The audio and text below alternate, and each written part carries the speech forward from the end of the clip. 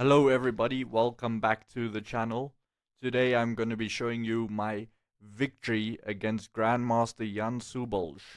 He's a 20-year-old Grandmaster from Slovenia, and this game took place on chess.com and the World Chess League, and it was being streamed on Chess Heroes and chess.com, so 3,000 people were watching me play this game, which I think is the most people I've ever played in front of, and it was a great game. The time control is 10 minutes each, plus 5 seconds per move. And without further delay, let's get straight into the game. So, Mr. Jan opened with e4. What am I gonna do? c5, the Sicilian defense. He played knight to f3, d6, and he played c3, so this is not the main move here. The main move is d4, and you go into the open variation. But c3 is a line trying to go for d4. But what does c3 not cover is this e4 pawn, because normally the knight wants to be on c3. So I'm going to attack that straight away with knight to f6, and now the Grandmaster shows his plan of playing h3. And this pawn is not hanging, by the way, because if I take, I will be met with queen a4 check, and I will lose my knight. So I played knight c6. Now the pawn is hanging, because queen a4 will no longer be a check. But he played bishop to d3.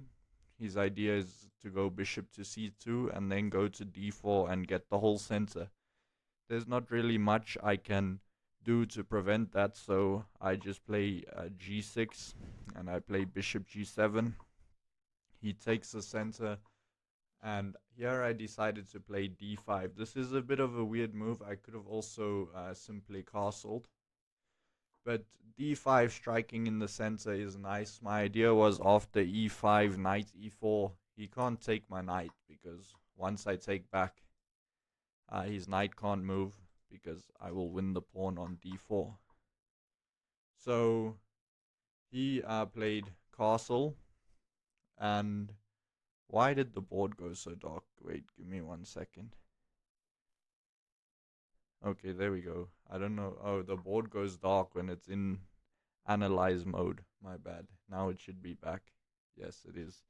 Okay, I play knight e4, and he can't take, but this is actually a very um good position for white, because he has a simple threat of rook to e1. For example, if I make a random move, he can go rook e1, bishop f5 to protect g4, and he's gonna win a pawn like this. So I saw that threat. Let me go back to the main board. Yeah, I saw that threat of rook to e1, and I played h5, which is a bit of a weird move, but my idea is that I want to meet rook e1 with bishop to f5 and not allow g4 to be kicking my bishop away from this f5 square. So anyway, he played knight to c3. I responded with my plan of bishop f5, and now he played bishop to e3, simply developing his bishop off its home square. Now I decided to exchange a few pieces off. Knight takes knight, bishop takes bishop, queen takes bishop. And now white in this position has a very serious threat of playing pawn to e6. This is a big threat, because I can't take this pawn, because queen g6 will completely blow open my king, and that's not a position you want to be playing. So I played simply the move e6 to prevent my opponent from playing e6. And my opponent played a move c4. This move makes a lot of sense, getting rid of your worst pawn. If he didn't play this move c4, I was probably gonna play knight to a5 and put my knight on c4. But after c4, I now take, queen takes, and you'll notice I have this very nice d5 outpost, and which piece belongs on an outpost? It's a knight. So you're gonna see very shortly the reroutes of my knight from c6 to d5. White also has an outpost in this position, by the way, d6. So you are now going to see the reroutes of the knights, my one to d5 and my opponent's one to d6. But first, obviously, I have to castle because my king is not the safest. And you can see the knight tour is beginning. Knight g5, knight e7, knight e4, knight d5, and now I thought knight d6 is a good move to prevent my rook from coming to c8, but my opponent played bishop to g5 first, which actually makes a lot more sense, trying to get some control of these dark squares over here. So I play queen to d7. Where else am I going to put my queen? And yeah, I thought he played a bit of a weird move with rook to b1. I much preferred the move knight d6 for him to prevent my rook from coming to c8. But yeah, he played rook to b1. And I thought, okay, he's not going to stop my rook from coming to c8, so I will just play rook to c8, attack his queen. Now he played queen to b3. Obviously, he's attacking my pawn on b7, so I played b6 to defend my pawn.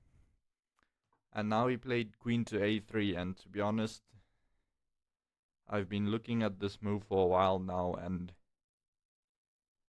I can't tell you what it does. I have no idea what his plan was.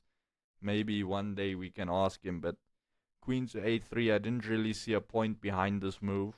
And this move also stopped defending the c4 square, so I can pounce immediately with rook to c4, attacking the pawn here on d4. So my opponent played rook to d1 to defend the pawn, obviously. And here I missed a pretty simple tactic, which is simply bishop takes e5. The point is this pawn is pinned. If he takes me back, I can take his knight. And even though my dark squares are pretty weak, I should be able to defend just fine because I have a very powerful pony here in the center. But yeah, I missed that tactic, unfortunately. And I played the move rook to c8, which looks like a blunder because of the move he played knight d6. But this is not a blunder because I have multiple ways to save my rook. For example, I can play rook to a4, I can play rook to c3, or the move I chose in the game, bishop f8, simply pinning the knight to the queen. So he cannot take either rook because I'll take his queen. So he played rook to c1. I got rid of his very annoying knights, and now you're going to see a common positional theme, which is a very strong knight. My knight is very strong against a pretty average bishop. This bishop looks strong with all the holes around my king, but you'll see that it didn't really help him. So here he played pawn takes d6, and I played knight to c3. I don't want to exchange rooks because I think I worked so hard to get the C file, to double up on the C file, and I must just give that up because he attacked it once. No, that's not how chess works. Also, I was kind of hoping for him to play rook to d2 to cover the knight e2 check, but this would have been a massive blunder because of knight b5. So it had some tactical ideas, but my opponent plays rook to e1. Sorry. This board going different colors when you analyze is so annoying, man. But yeah, he plays rook to e1, the only way to stop my threat of knight to e2. But this didn't stop knight b5. You can see this knight is attacking everything. Very powerful knight. My opponent played queen to f3, so his idea is to go queen f6, bishop h6, and deliver checkmate on g7. But obviously I'm not going to allow that. I play knight takes d4, attacking his queen. Also, if he moves his queen to f6, now I will be able to play knight to e2 and then take the rook on c1. So he played queen to e4, and here I decide to exchange a pair of rooks. I was going to exchange both if he took with the rook and then take on d6.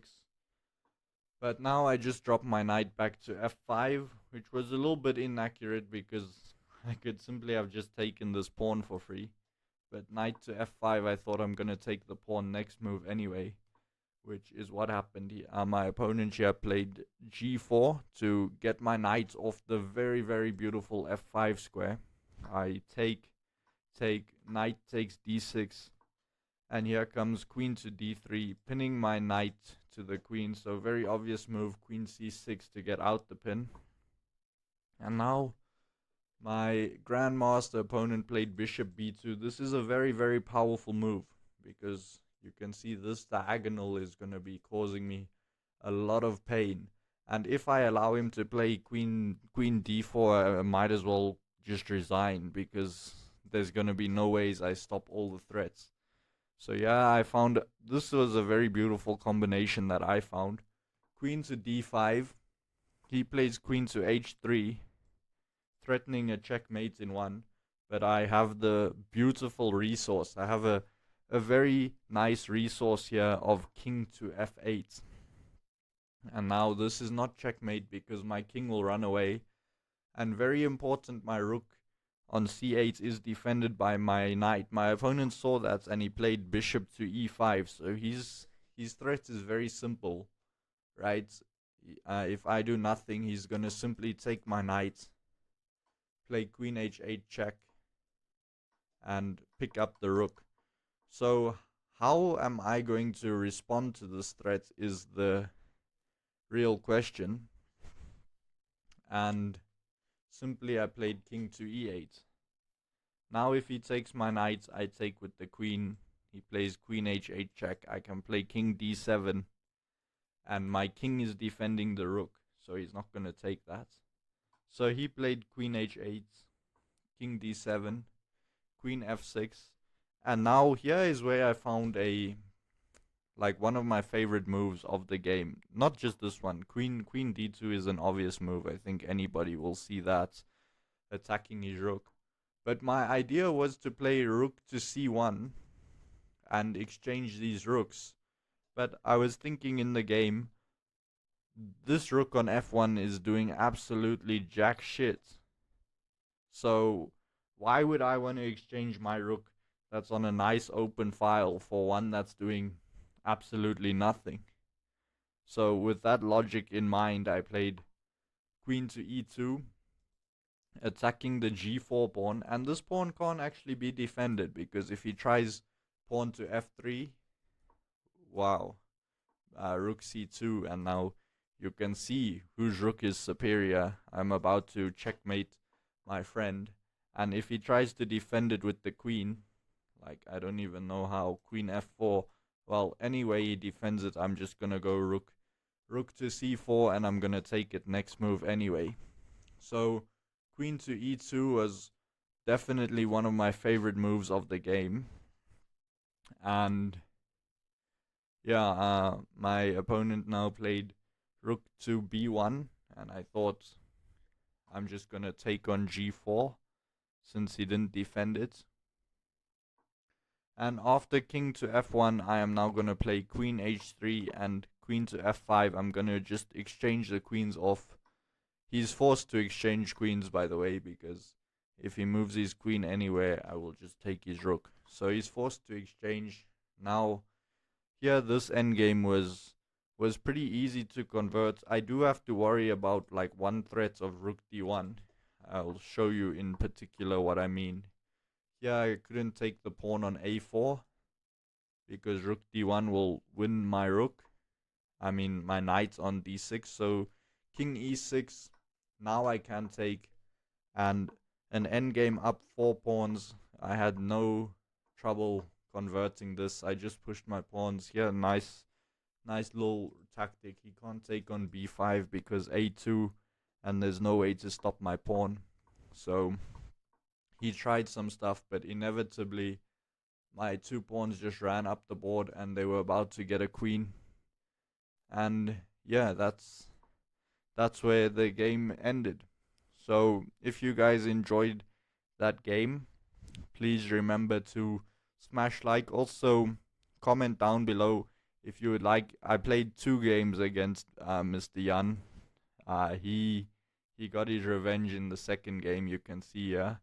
If you guys would like to see that game as well, please leave a comment down below, and I will go through it. And yeah, peace out.